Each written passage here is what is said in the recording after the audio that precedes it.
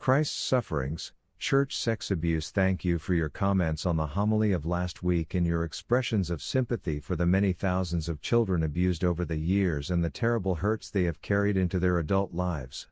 Our professor of church history advised us we have to know the worst because those who detest the church do, and we have to be ready to acknowledge the truth they know before we try to defend what and whom we know and love.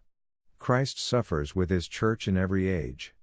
The crucifixion is an ever-present reality. Crusades, Inquisitions, the Reformation, horrifying wars between Christian countries, Europe, and tribes, Rwanda and South Sudan, for example, and corruption at the highest levels. We have had vile popes, look up Benedict the IX and John the XII to start, and cry, and many unworthy churchmen. Now it is our turn.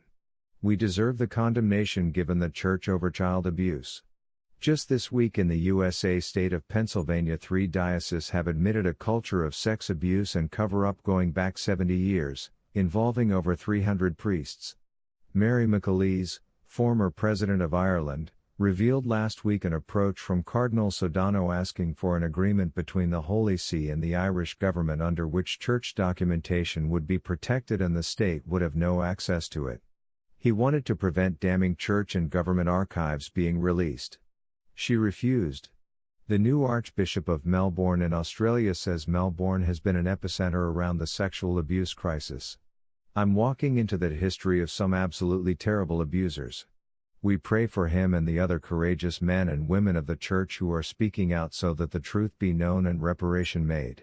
You may recognize the name Patricia Heaton, who comments on the USA Bishop's statement on abuse. The laity does not care how much shame you feel.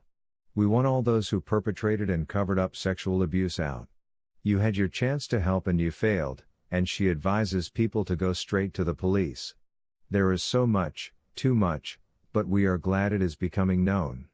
God bless us. Fr. John, 19th of August 2018, related link, Fr. John's Parish Newsletters.